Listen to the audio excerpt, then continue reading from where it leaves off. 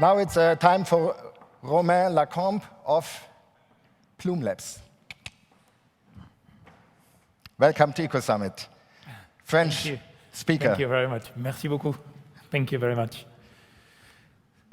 So it's a great introduction. We are, as you heard, members of the Autodesk Cleantech Partner program. Together with them, together with all of you, we believe that innovation can spur in a massive, radical shift in the environment. But to spur this shift, we also need to see a radical shift in consumer behavior. So at Plume Labs, we believe in technology as a lever, as a tool to empower consumers, thanks to access to information. We're working on one of those epic challenges, arguably the most epic challenge of our time in the environmental field. And it's a challenge we all encounter every day, though we don't know it because we don't see it. It's the air that's around us. Air pollution in our streets actually kills up to 3.5 million people worldwide every year, and that's according to the latest World Health Organization estimates that were radically updated this past year. It's, of course, an environmental issue. It is a major public health issue, but most of all, it is an information issue. Because if we had access to information on exactly what it is that we breathe, on exactly where these pollutants come from, what do they mean, what impact they can have on our health, as citizens, as consumers, we could have a different behavior, and we could adapt our activities, our daily lives, so we don't suffer as much from pollution. Now, the key behind this assumption is that we understand what's happening, and unless you're an environmental physicist or unless you're a scientist working in atmospheric chemistry, you don't necessarily know how these pollutants impact your health. You don't necessarily know how they evolve and what you can do about them. Now, this is only looking at our streets, but we spend 90% of our time indoors, at work, at home, in transportation as well, in our cars or in buses and subways.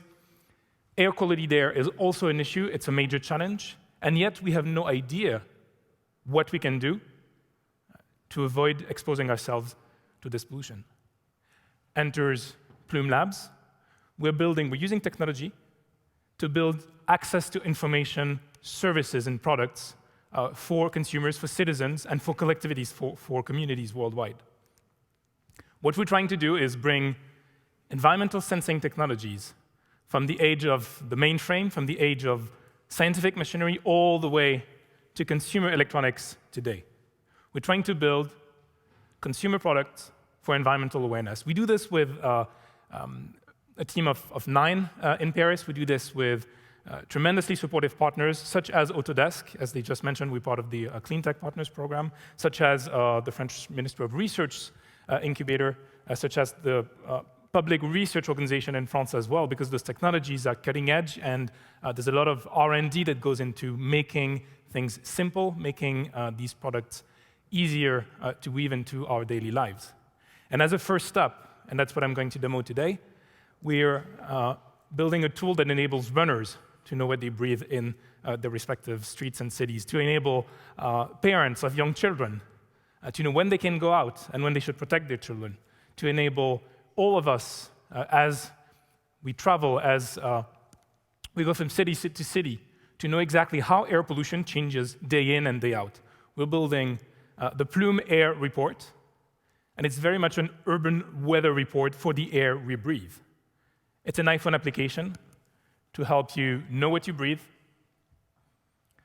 tracking live pollutant levels in 60+ cities around the world, helping protect yourself thanks to personalized advice and recommendations, and helping you in some select cities around the world stay ahead of pollution thanks to a predictive engine that tells you how pollution is going to change over the next few hours. Now, a demo is better than words, so here we go. The Plume Air Report in the very nice city of Nantes in Brittany that I chose as an example. You see why. You can follow live pollutant levels for the past few hours and into the future, thanks to our predictive engine. If you go back, you can see that pollution was moderate as well earlier in the day. If you go in the future, you could see that this afternoon, this very afternoon, I wouldn't recommend going out or running in Nantes because pollutions will be high. If you want to know why and what this means, you can look at this scale that simplifies public health information in a scale and in a manner that's accessible to everyone, that democratizes access to environmental information. You can check what the exact level is. You can look at why it's so polluted. Here it's because of ozone. Probably there's too much sun, too much of a good thing. You can look at what pollutants are. This is particulate matter in case you're not, again, an atmospheric scientist. You want to know exactly how it works. And that's what I love most about what we've built. You can actually look into the future to beat air pollution. If you want to know when you can go running, now's the time, avoid this evening. If you want to know when you can go and bike around your city, now's the time, avoid this evening. Same thing if you worry about your children and how they could develop asthma or medical issues. Avoid that specific time, wait for tomorrow morning if you want to go into the streets and get out with your children. Now you can adapt, of course, your profile. If you're more or less sensitive, you can get alerts, recommendations. There's, again, 60 large cities and metropolises around the world. And of course, you can share with your loved ones this information so we can all protect ourselves against air pollution. So go ahead. Unfortunately, I do not have data yet for Germany, but if any of you here knows contacts at the German Ministry of the Environment, I am more than happy to talk at the end of this presentation. A word about how this works. Well, it actually works thanks to data, thanks to open data, a global movement for access to information and empowerment of citizens, of consumers, of innovators, thanks to access to government data, a movement that Germany is actually at the forefront of, and Europe is at the forefront of worldwide. So we aggregate live pollutant sources, and we analyze them in order to bring this information to our users. This health impact scale that we saw was built using public research and the latest information on the impact of our environmental exposure on our health, and the key scientific technologies and advances that we're using is data sciences. Thanks to historical access to information, thanks to weather forecast, we're able to tell you how pollution is most probable to evolve over the next few hours. Now, we could not build this without a team. So to close, a word of thanks to our team back in Paris. It's a team of 9 with engineers, with designers, great energy, and of course, great support. I mentioned all the support we got from French public research, but again, we couldn't build these devices and the prototypes that we are about to showcase at Futur en Scène, the Paris Region Digital Festival on June 13th and 14th, without the tools to build these. And one of those important tools you've just heard about before, it's Fusion 360. It's a design software that helped us build the first 3D prints of our designs and of our prototypes. It's really thanks to Autodesk that we were able to do this as a startup.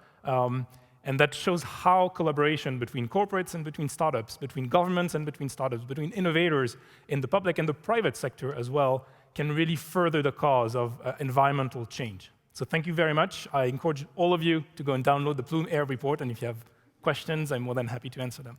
Thank you very much. Thank you. Merci beaucoup. Vielen Dank. Vielen Dank. Vielen Dank. Apologies for my... Isn't he a great presenter? Extra round of applause, great pitch. Come on. Thank you very much. Well, extra round of applause to such a great setting. Thank you for having us. And are you fundraising, Romain? You need money by any chance? If you want to talk, I'm more than happy to have this conversation with all of you.